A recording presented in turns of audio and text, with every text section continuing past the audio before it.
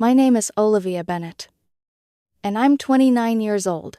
The message arrived on a Tuesday night at 9:47 p.m. I remember the exact time because for a few seconds after reading it, everything inside me seemed to stop. I really like you, Olivia, but I think we should just stay friends. I stared at my phone. Then I read it again. And again, the words didn't change. Neither did the hollow feeling spreading through my chest. What surprised me wasn't heartbreak. It wasn't anger. It wasn't even sadness. It was embarrassment. The kind that settles deep inside your stomach when you suddenly realize you've been living inside a story that only existed in your own head. I sat on my couch with the television running silently in the background. The apartment felt unusually quiet. Outside my window, rain tapped softly against the glass. Inside, I felt strangely numb for months, maybe longer. I'd convinced myself that Ethan Carter and I were slowly becoming something more than friends. Not because he said it, not because he promised anything, but because every little moment seemed to point in that direction. At least that's what I believed. My thumb hovered over the screen. I could have asked questions. I could have demanded an explanation.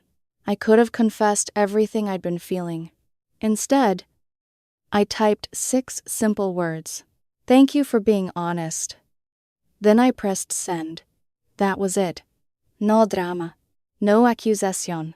No emotional speech. Just 6 words. Afterward, I placed my phone face down on the coffee table and leaned back against the couch. For the first time in months, I exhaled completely, like I'd been holding my breath without realizing it. And somewhere in that silence, I made a decision. If Ethan wanted friendship, then friendship was exactly what he would get. Nothing more. At the time, I thought that decision would help me move on. I had no idea it would completely change the dynamic between us. I met Ethan about a year earlier through mutual friends. The first time I saw him, he wasn't trying to impress anyone.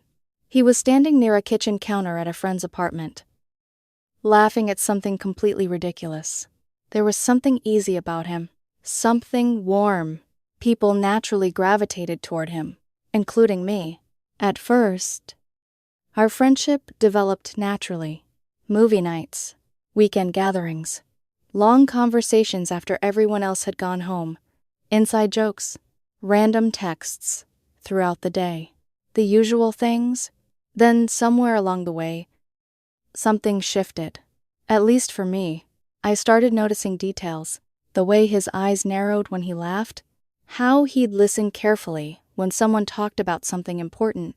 The way he remembered small details from conversations weeks earlier. Feelings didn't arrive all at once. They grew slowly, quietly, like water rising around your feet before you realize you're standing in a flood.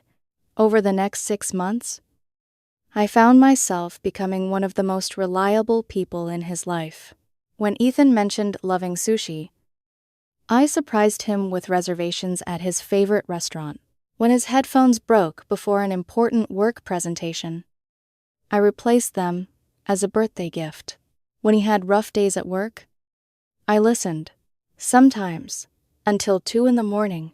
There were midnight phone calls, long drives around the city, coffee runs before stressful meetings, small acts that didn't seem important individually, but together, they represented something bigger, at least to me. And the confusing part, Ethan seemed to appreciate it. He smiled whenever I arrived. He called me first when something good happened. He trusted me with personal struggles. More than once, he called me his favorite person. Every time he said something like that, hope quietly returned. Maybe he felt it too. Maybe he just needed time. Maybe this friendship was slowly becoming something else. I never asked directly, and that was my biggest mistake. Because while I was building a future in my imagination, Ethan was simply enjoying a friendship, nothing more. The rejection text forced me to confront a painful truth. He never promised me anything. Not once He never asked for expensive gestures. He never requested my loyalty. He never said we were heading toward a relationship. I volunteered all of it. And somehow that realization hurt even more, not because Ethan had deceived me, but because I'd deceived myself. The next morning felt strange. Every day for nearly a year. I texted him first. A meme. A joke. A random good morning message. Something. That morning. I woke up, made breakfast, poured myself coffee, and left my phone, untouched on the kitchen counter. The silence felt uncomfortable. Like breaking a habit I'd practiced every day. Several times I almost reached for my phone. Almost sent something, almost returned to the familiar routine. But I stopped myself.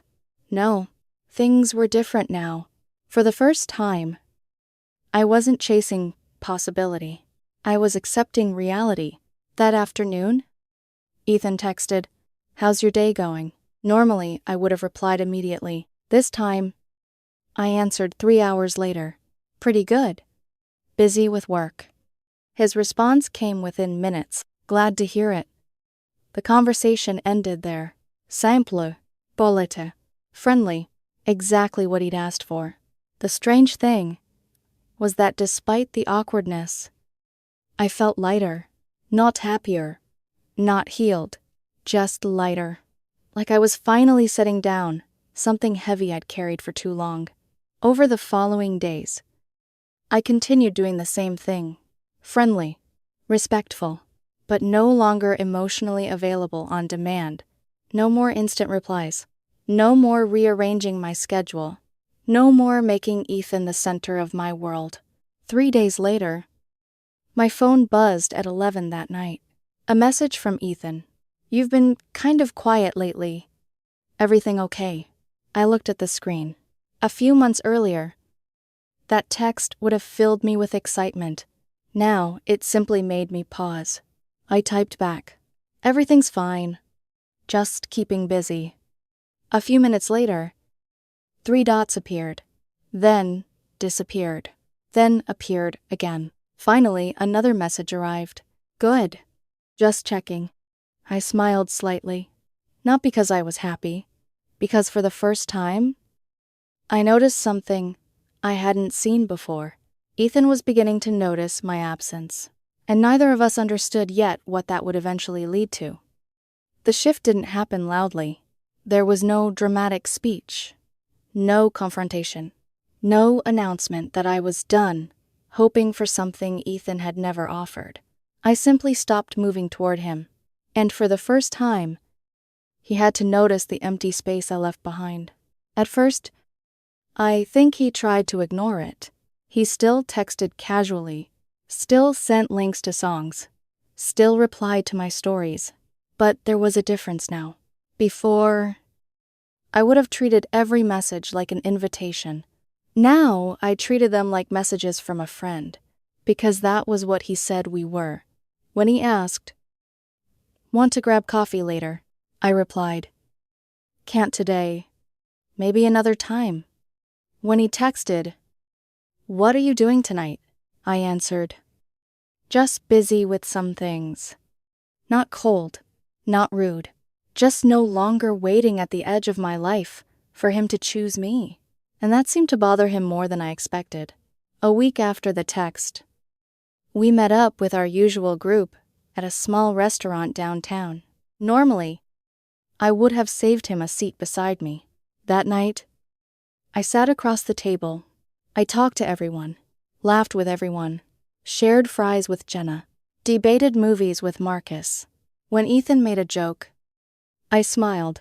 When he looked at me a second too long, I looked away. It wasn't revenge. It was balance.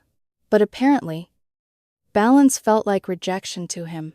Halfway through dinner, he leaned forward and said softly, "You've been different lately." I kept my voice calm. "Different how?" He shrugged, trying to make it sound casual. "I don't know. Just distant." I almost laughed. Not because it was funny. Because he had asked me to step back And now he seemed confused that I actually had. "I'm just giving things space," I said. His expression changed for half a second. Then he looked down at his drink. After that night, the hints began. At first, they were subtle. He would mention some woman from work. "Megan from accounting asked me to lunch today. She's nice." I replied, "That's good. Hope you had fun." Then he tried again a few days later. "Went out with someone last night. She was cool. But she didn't really get my sense of humor like you do." I wrote back, "Sounds like it was still a nice night." No jealousy. No questions. No emotional reaction for him to hold on to. That was when his messages became stranger. Not cruel. Not direct. Just carefully placed. A sad quote on his story. A black and white photo with a caption about people changing. A song lyric about missing old times. Before, I would have asked if he was okay. Now, I let him have his feelings without making them my responsibility. Then one night, it texted me, "You've really changed." Huh. I stared at the screen for a long time. Then I replied, "I guess we both have." He didn't answer. The next group hangout made everything clearer. Ethan arrived late wearing the jacket I once told him made him look confident. He hugged everyone. Then, held on to me just a little longer than usual.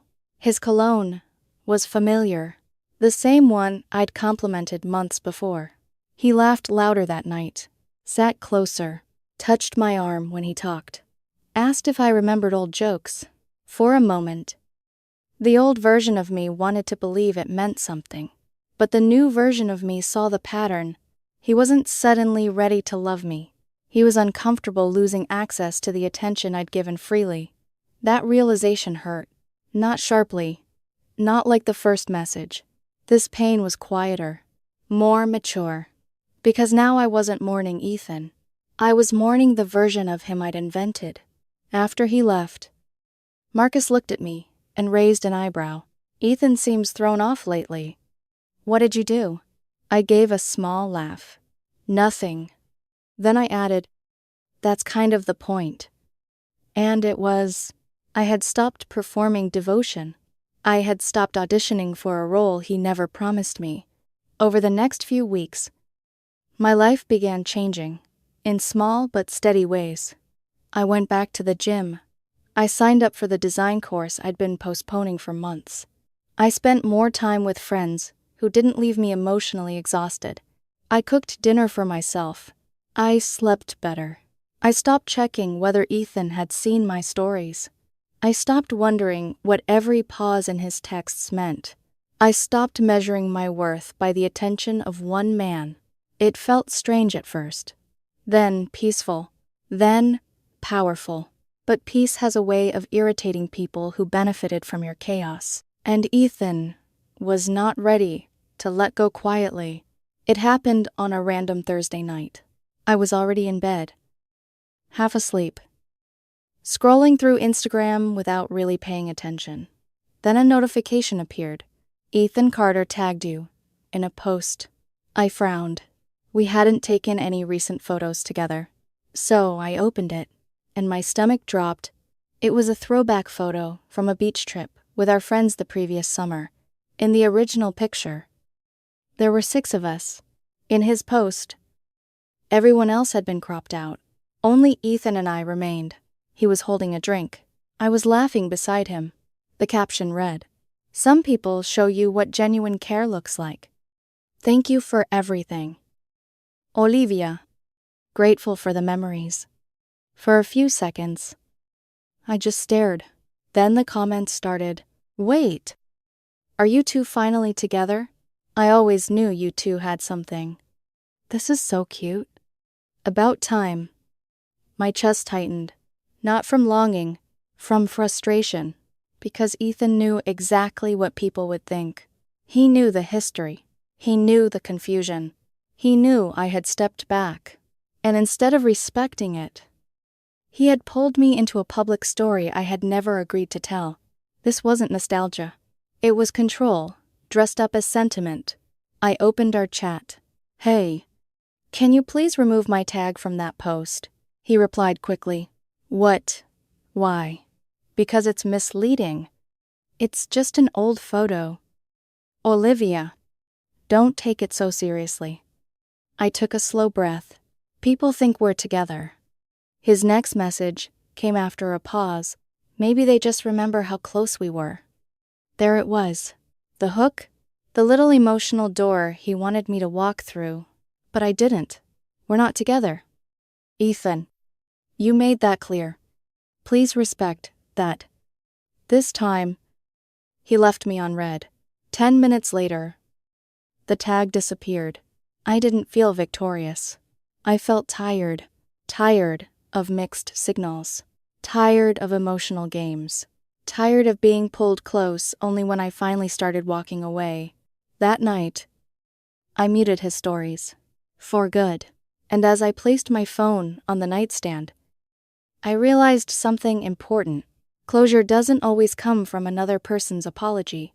Sometimes, closure is just deciding you no longer need to watch what they do next.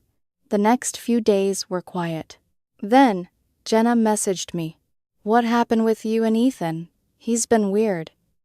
I stared at her question for a moment, then typed the only honest answer I had. Nothing happened. I just stopped participating.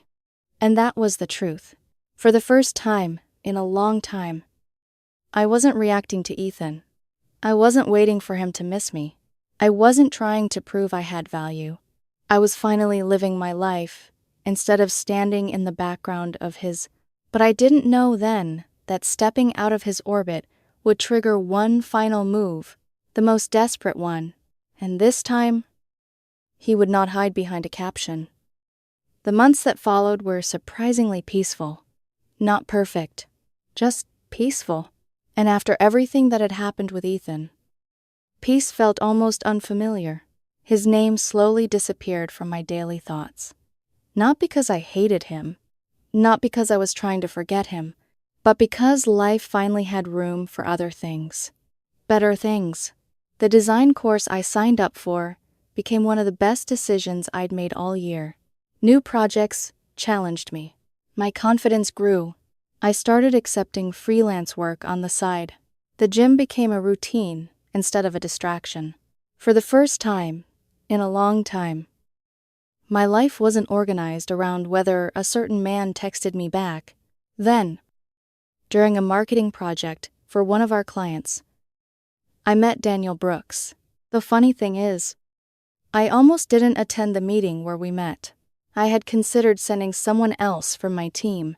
Looking back now, it's strange how small decisions can change everything. Daniel wasn't flashy. He wasn't the type of man who tried to dominate every room he entered. He was calm, confident, easy to talk to. The kind of person who made conversations feel effortless. After the meeting ended, we stayed behind, discussing a campaign proposal. 40 minutes passed before either of us realized everyone else had already left. A week later, he asked if I wanted coffee. Not as a dramatic date, not with hidden intentions, just coffee. And somehow, that simplicity felt refreshing. No mixed signals, no emotional puzzles, no guessing games, just honesty. The more time we spent together, the more I noticed the difference. When Daniel liked me, he said it. When he wanted to see me, he asked. When something bothered him, he talked about it. There was no ambiguity, no emotional scavenger hunt. One evening, while we were walking through a park after dinner, I caught myself laughing so hard I nearly spilled my drink. Daniel laughed too. Then he looked at me. Not past me, not through me, at me. And suddenly I realized something. For nearly a year, I had been trying to earn affection from someone who wasn't willing to give it. Now I was standing beside someone who offered it freely. The difference was staggering. Love wasn't supposed to feel like a constant audition. It wasn't supposed to feel like solving a puzzle. It wasn't supposed to leave you exhausted. For the first time, I felt safe. And that feeling was worth more than all the attention Ethan had ever given me. A few weeks later, Daniel and I officially started dating. We kept things private at first, not because we were hiding. We simply didn't feel the need to perform our relationship online. But eventually, one Saturday evening, we took a picture together. We were sitting on a rooftop cafe, overlooking the city skyline. The sunset painted everything gold. Daniel had his arm around my shoulders. I was smiling. Not the forced smile I'd used so often during the previous year. A real one. The caption was simple. Good company. Good view. That was it. Nothing dramatic. Nothing aimed at anyone. I posted it and forgot about it. Or at least I tried to. 3 hours later, Jenna texted me. Just a heads up. Ethan saw your post. I rolled my eyes. Okay. She sent a laughing emoji. Trust me. Just saying. I didn't think much of it. Until my phone rang later that night. Unknown number. I almost ignored it. Something made me answer. Hello? For a moment, there was only silence. Then I heard a voice. Olivia. Every muscle in my body tensed. Ethan. I hadn't heard his voice in months. Hi, I said carefully. There was another pause. Long enough that I almost thought the call had dropped. Then he spoke again. I saw your picture. I looked out the apartment window. The city lights blurred beyond the glass. Okay. You have a boyfriend now. Not a question. A statement. Yes. Another silence. This one felt heavier. Finally, he said quietly. He seems like a good guy. He's wonderful.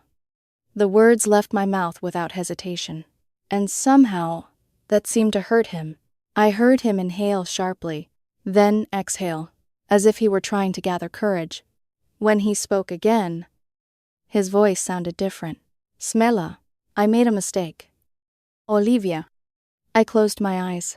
There it was, the sentence I once dreamed of hearing. The sentence I had imagined during countless sleepless nights. The sentence that months ago would have shattered every defense I had. Now it only made me sad. Not for me. For him, I really messed up. He continued. I didn't understand what I had. I remained silent. He kept talking, words pouring out faster now. You were always there for me. I could call you anytime. You understood me better than anyone. You cared about me when nobody else did. His voice cracked, and suddenly, I realized something. This wasn't planned. This wasn't manipulation. At least not entirely. This was panic. Real panic. The kind people experience when they finally understand the consequences of their choices. I miss you. He whispered. The apartment felt impossibly quiet. I miss us. There it was. The confession. The regret. The apology. Months too late. Olivia, he said softly. Can we talk? Maybe really talk. Maybe we can try again. I walked slowly toward the balcony. The cool night air greeted me as I stepped outside. Below, traffic moved through the city like rivers of light. For several seconds, I didn't answer. I listened to Ethan, breathing on the other end. He sounded terrified, as if the future he'd always assumed would be available was suddenly disappearing. And maybe it was. Finally, I spoke. Ethan, can I be honest with you? Please. I looked up at the night sky. I don't think you miss me. Silence. Then a confused laugh. What? I don't think you miss me. I repeated the words gently. I think you miss what I gave you. His breathing stopped, and for the first time, neither of us spoke. The silence stretched between us. Not the comfortable kind. Not the kind shared between two people who understand each other. This silence was heavy, painful, full of truths neither of us had wanted to face. Finally, Ethan spoke. What does that even mean? His voice sounded fragile, confused, almost frightened. I leaned against the balcony railing and looked out across the city. The skyline glowed beneath the night sky. Cars moved through the streets below like streams of light. For months, I had imagined this conversation. In every version, I thought I would feel triumphant. Instead, I felt calm, almost compassionate. "It means I don't think you're in love with me," I said quietly. Ethan immediately protested. "That's not true." "Then what is true?" He hesitated. I could practically hear him searching for an answer that made sense, an answer that justified the sudden desperation. But there wasn't one, because the truth was simpler than either of us wanted it to be. "You miss being important to someone," I continued. "You miss knowing there was always a person who would answer your calls." His breathing became uneven. "You miss knowing someone would rearrange their life for you. Olivia, you miss the attention." His voice cracked. "No." I closed my eyes. Months earlier, hearing that denial would have made me second-guess myself. Now it only confirmed what I already knew. "Ethan, when I cared about you, I was available every day." I paused. "When I stopped, that's when you started chasing me." The line went quiet. No argument, no defense, because he knew it was true. I continued gently. "When I told you how I felt through my actions, you wanted friendship. When I accepted friendship, suddenly, you wanted more." A painful silence followed. Then, I heard something unexpected. A quiet sob. For a moment, I wasn't sure I'd heard correctly. Then, another one came. Ethan was crying. The sound surprised me. Not because men don't cry, but because Ethan had always seemed so emotionally composed, so certain, so in control. Now he sounded completely lost. I didn't understand. He whispered. The words were barely audible. "I know. I thought there would be more time." Those words hit me harder than anything else he'd said, because they revealed the real issue. Not love, not destiny, not some hidden romance. Assumption. He assumed I would always be there, always available, always waiting, always hoping. And people rarely appreciate something they assume they'll never lose. "I'm sorry," he said. The sincerity in his voice was undeniable. "I know that doesn't fix anything." "No," I replied softly. "It doesn't." Another silence. This one gentler, less defensive, almost sad. Finally, Ethan asked the question he'd been avoiding. "So that's it." I looked out at the city lights. A warm breeze brushed against my face. In the distance, I heard faint music drifting from another building. Life moving forward, always forward. "Yes," I said. The single word sounded softer than I expected. Not cruel, not angry, just final. I heard him inhale sharply, then exhale. A man accepting something he didn't want to accept. "I really did care about you. I know. I never wanted to hurt you. I know that too." Those things could both be true. People don't always hurt each other because they're cruel. Sometimes they hurt each other because they're careless. Sometimes because they're confused. Sometimes because they don't realize what they have until it's gone. But consequences arrive, regardless of intention. And by then, the damage is already done. After another long pause, Ethan spoke again. His voice sounded older somehow, more honest. "I hope he's good to you." I smiled. A small, genuine smile. "He is. I'm glad." For the first time that night, I believed him. There was sadness in his voice, regret, but also acceptance. Maybe he was finally seeing things clearly too. "Take care of yourself, Ethan. You too." Olivia. Neither of us rushed to hang up. Neither of us knew what to say next, because there wasn't anything left to say. The story had already ended. We were just standing in the final paragraph. Eventually, I whispered goodbye. Then ended the call. The screen went dark. And that was it. No dramatic music. No last-minute confession. No sudden change of heart.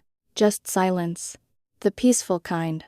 I placed my phone on the small table beside the balcony chair, then stood there for several minutes. The city stretched endlessly before me.